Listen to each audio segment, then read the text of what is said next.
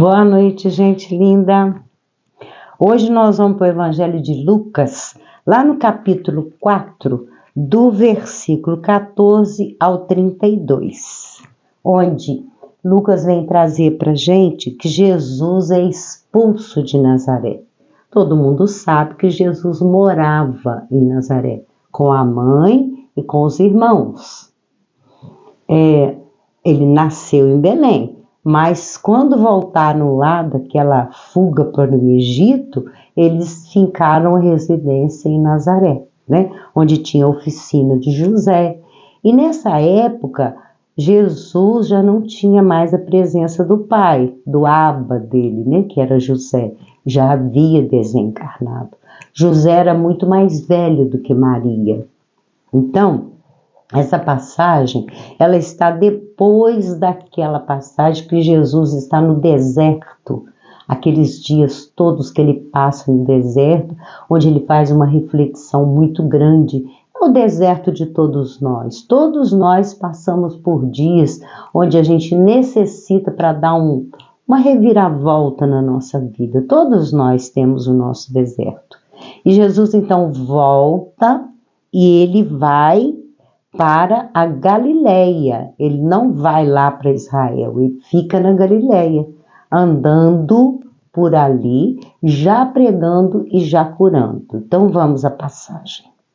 Então, pela virtude do Espírito, voltou Jesus para a Galileia, e a sua fama correu por todas as terras em derredor. O que é a virtude do Espírito? Quando Jesus volta do deserto, ele volta fortalecido e cheio de energias enviadas por Deus nosso Pai, exatamente para curar as enfermidades. Ele vai falar aqui adiante sobre isso. E a sua fama correu por todas as terras em derredor. Já começaram a falar dele. Jesus está curando, Jesus curou um aleijado, Jesus curou um cego, Jesus está falando do reino de Deus. Então a fama dele, e ele começa a usar dessas palavras e vai ensinar na sinagoga. O que é uma sinagoga? Era um templo, né? Religioso, lá das leis judaicas, que eles seguiam rigorosamente as leis ditadas por Moisés e aqueles profetas, contidas nos 5 primeiros livros, que é chamada Torá, que é o livro lá dos judeus. E ensinava nas suas sinagogas e por todos era louvado, porque ele falava muito bem, muito estudioso das escrituras, sempre foi, então ele falava muito bem. Dizem as fofocas espirituais que Jesus aprendeu sobre essas escrituras junto com os essênios, naquele desaparecer dele da infância até os 30 anos, ninguém fala de Jesus. A adolescência dele,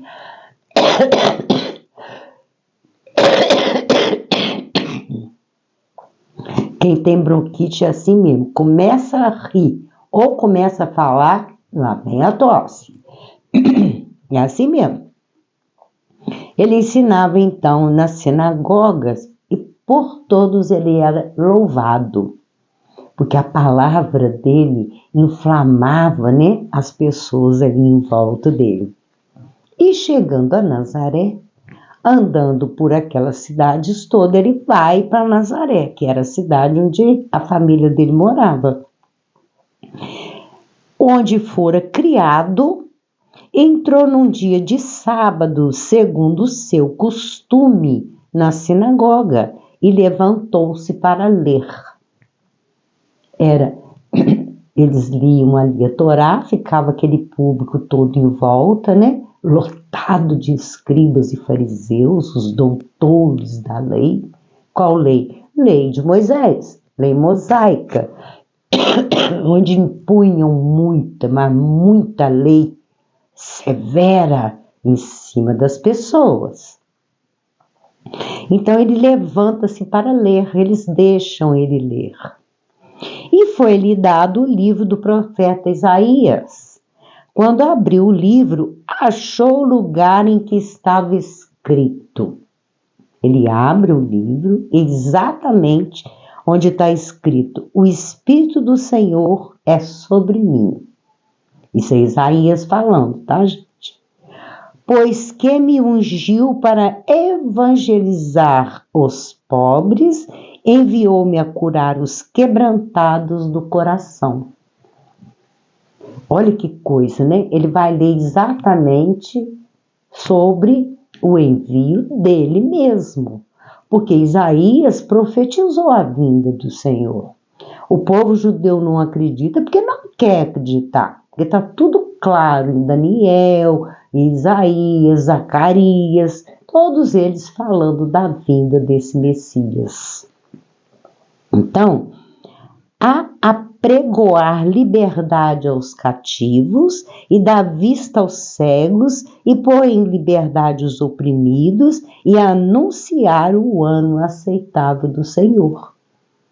Então, ele fala aqui o que estava escrito, mostrando, para ver se eles acordavam, que ele era esse enviado, que ele já sabia disso. As pessoas e que ainda não tinha acordado para isso. Então ele quer mostrar para aqueles doutores da lei. Encerrando, gente, o que é ano aceitável do Senhor? Era aquelas festas que fazia lá em Israel, principalmente em Jerusalém, né? Que voltava todo mundo para comemorar aquele ano que se passou, adorar a Arca da Aliança, é o ano aceitável do Senhor.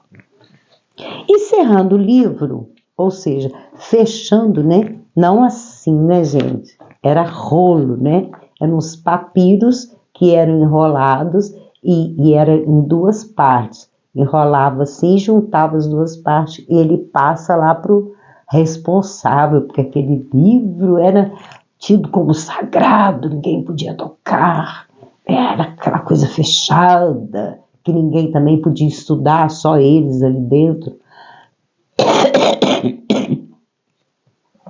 Encerrando o livro e tornando-o a dar ao ministro, assentou-se.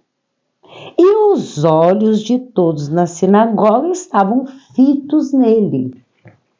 A todo mundo olhando para ele por causa desse trecho que ele leu. O murmúrio já devia estar chegando ali na sinagoga de que ele havia curado algumas pessoas.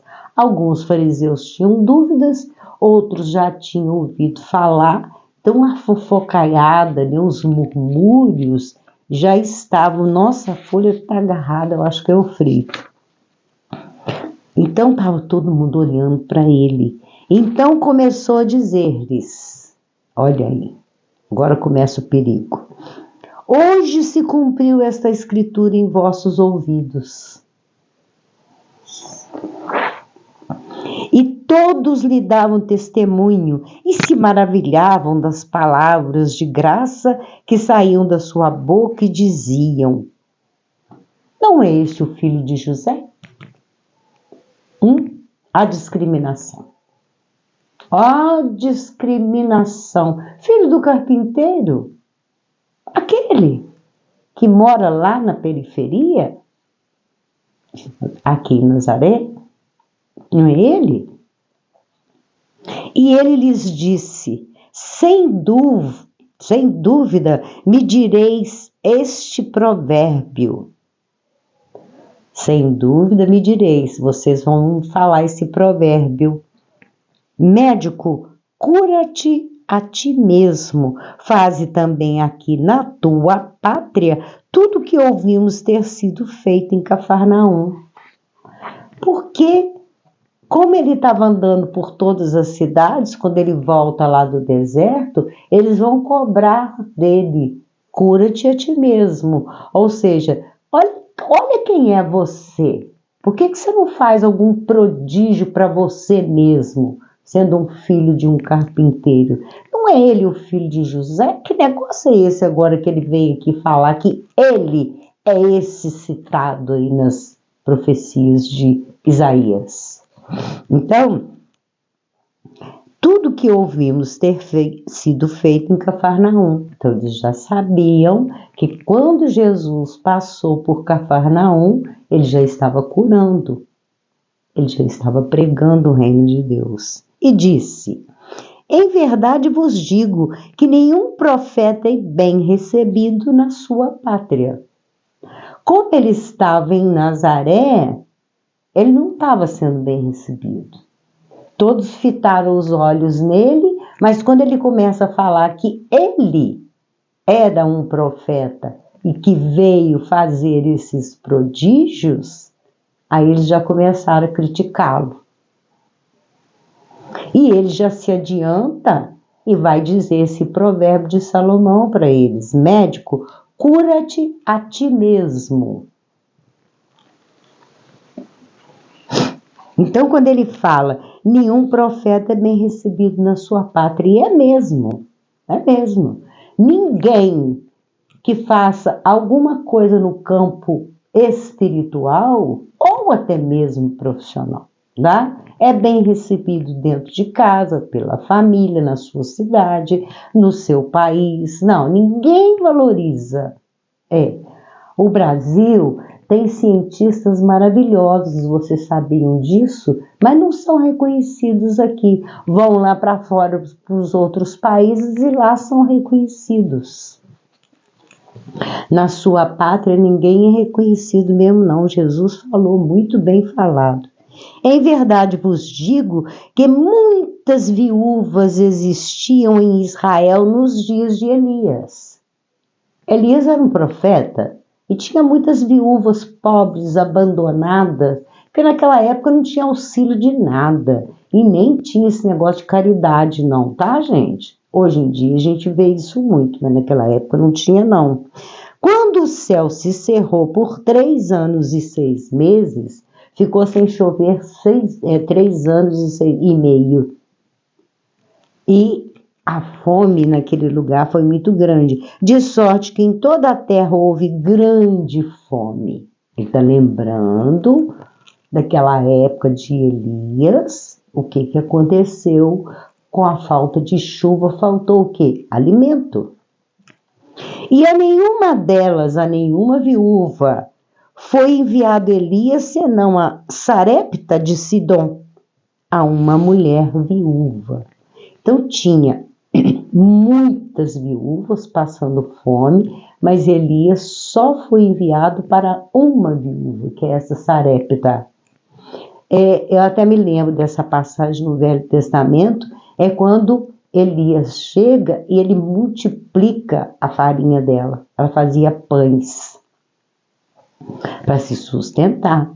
Ele multiplica a farinha dela. Então, Jesus aqui está falando que ele ajudou a uma viúva, dentre todas que tinha naquela região. E muitos leprosos havia em Israel no tempo do profeta Eliseu. Olha só, ele vai mexer com o profeta Eliseu. E nenhum deles foi purificado, senão Naamã, o Sírio. Ou seja, Eliseu curou um, que foi Naamã. Aqui não fala o que ele tinha, né? Elias ajuda uma viúva e Eliseu ajuda um doente, que é Naamã. E todos na sinagoga, ouvindo estas coisas, se encheram de ira. Estava todo mundo fitando Jesus, achando lindo, maravilhoso. Ele leu os dizeres lá de Isaías, mas quando ele começa a se referir às coisas que ele estava fazendo, os prodígios, né? As pessoas que ele andou curando quando ele volta lá daquele deserto, que ele vem cheio das energias enviadas por Deus para cumprir o desiderato dele, que ele era o Messias já anunciado. Aí como é que eles fazem? Eles se enchem de ira, de raiva. onde já se viu o filho do carpinteiro, não é este o filho de José? Ele está dizendo que ele era o Messias. Sabe por quê, gente? O judeu estava esperando que o Messias viesse num carro de ouro, sentado num trono com uma coroa maravilhosa, igual Salomão, cheio do dinheiro, tivesse um palácio ou muitos palácios, fosse aquele guerreiro, fosse aquele que fosse comandar as tropas do exército de Javé. Mas não. Eles não aceitaram que aquele homem manso, puro, pacífico, de falar mansa, eles não aceitaram. Eles encheram de ira, porque eles não aceitaram que ele seria o Messias. E levantando-se, o expulsaram da cidade e o levaram até ao cume do monte em que a cidade deles estava edificada, para dali o precipitarem, pena de morte. Só porque ele falou isso, eles iam jogar ele no precipício. Era muito costume esse tipo de pena de morte imposta pelos doutores da lei. Iam jogar Jesus precipício abaixo. Eu já comentei essa passagem aqui. Ele, porém, passando pelo meio deles, retirou-se e desceu a Cafarnaum, cidade da Galileia, e os ensinava aos sábados. Jesus está lá, de costa para o precipício, eles iam empurrá-lo, precipício abaixo, matá-lo, porque ele falou que Elias ajudou uma viúva e Eliseu ajudou um doente. E ele estava já fazendo aquele monte de curas. Olha que ódio. Esse povo é muito doido. Ao invés de eles ficarem felizes da quantidade de gente sendo curada, e larga essa loucura de ficar julgando a vida de Jesus, que ele era humilde, que era filho do carpinteiro, filho de José, o carpinteiro. Olha que coisa incrível. Se uma pessoa te curar de uma doença, você vai querer saber, né? Se é a Dona Maria lá do cantão que te benzeu, se eu sou Miguel, sou José, não importa. Olha que loucura. Eles queriam matá-lo por causa disso. Eles iam empurrá-lo. Só que em várias passagens ele fala, ainda não é o meu tempo. Então, ou seja, ninguém vai fazer nada, porque não é o tempo determinado por Deus. Porque Jesus sabia que eles iam matá-lo. Eles iam crucificá-lo, ou apedrejá-lo, ou jogá-lo desse precipício. Olha que loucura, que coisa horrível, essa pena de morte para indivíduos que se dizem religiosos, tementes a Deus. Ele, porém, passando pelo meio deles, retirou-se. Ele passa e eles não tocam nele. Ainda não estava na hora. Eles não iam conseguir fazer nada contra ele. E desceu a Cafarnaum, cidade da Galileia, e os ensinava nos sábados. Ele aí ia lá para a sinagoga, ensinava, pregava e curava. E admiravam a sua doutrina, porque a sua palavra era com autoridade. Tudo que Jesus falava era com autoridade. Ele não deixava nada dúbio quando ele falava do reino de Deus. Encerra aqui a passagem chamada Jesus é expulso de Nazaré. Nenhum profeta é profeta na sua pátria, na sua casa, não é mesmo? Fica aí então essa beleza de ensinamento e a gente vai para a nossa frase. Mas se vós soubesses o que significa misericórdia quero e não sacrifício, não condenarias os inocentes. Quero sacrifício não, de ninguém. Não julgueis para não seres julgados.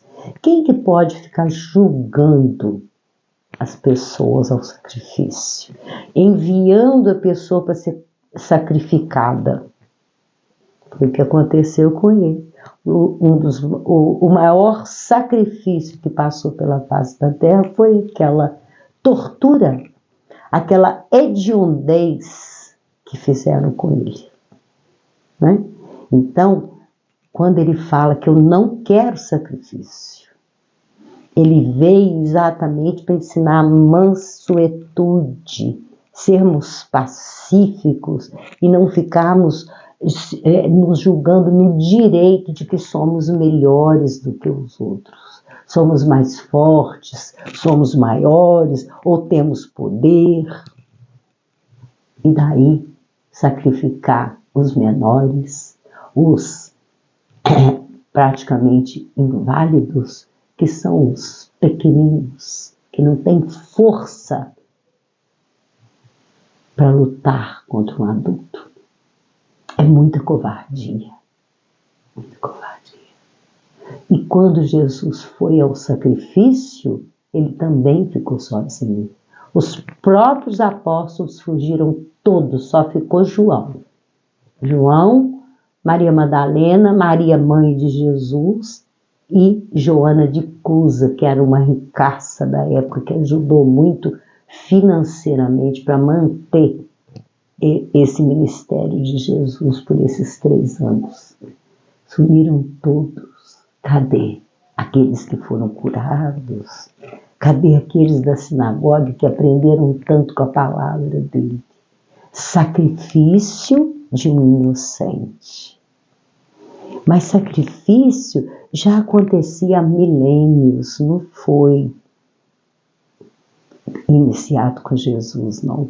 O tal do Javé, ou Jeová, ele ama sacrifício, derramamento de sangue, cheiro de sangue. Ele tem essa necessidade, ele e os comparsas dele aí para cima. Então, sacrificar Jesus foi... Vocês imaginam o que saiu desse corpo sacrificado, crucificado, de um espírito de escol que nem Jesus. Tá aí, então, para a gente aprender que não precisa da gente achar que dentro da nossa casa, da nossa pátria, da nossa vizinhança, que vamos ser reconhecidos pelo bem que a gente faz. Muito pelo contrário, vamos ser criticados, caluniados. Fica aí, então, o nosso recado de hoje e principalmente essa frase belíssima para a gente aprender o que é misericórdia. Mas aprender mesmo o sentido da misericórdia. Porque na misericórdia não cabe sacrifício. Vamos ao presente de hoje? Gente, é um vidro de café solúvel, tá vendo? Ele tem uma cinturinha aqui, eu acho ele muito bonitinho. Isso aqui, olha que interessante. Você pega a cola quente, vai apertando a cola quente, fazendo, tipo, parecendo umas pedras, tá vendo? Aí depois eu pintei uma por uma. Isso aqui é cola quente, ó. É o bastão de cola quente que a gente vai derramando e fazendo tipo essas pedrinhas. Fica aí, sei lá o que pode colocar aqui dentro, né? Saquinho de chá, alguma coisa da cozinha, não pode molhar, tá, gente? Alguma coisa da cozinha para armazenar, ou mesmo, por que não? No seu quarto, suas bijuterias ou uma coisa aqui dentro. Fica aí, então, essa coisa bem coloridinha que a gente fez. É o nosso presente de hoje. E como presente também, eu envio um beijo no seu coração.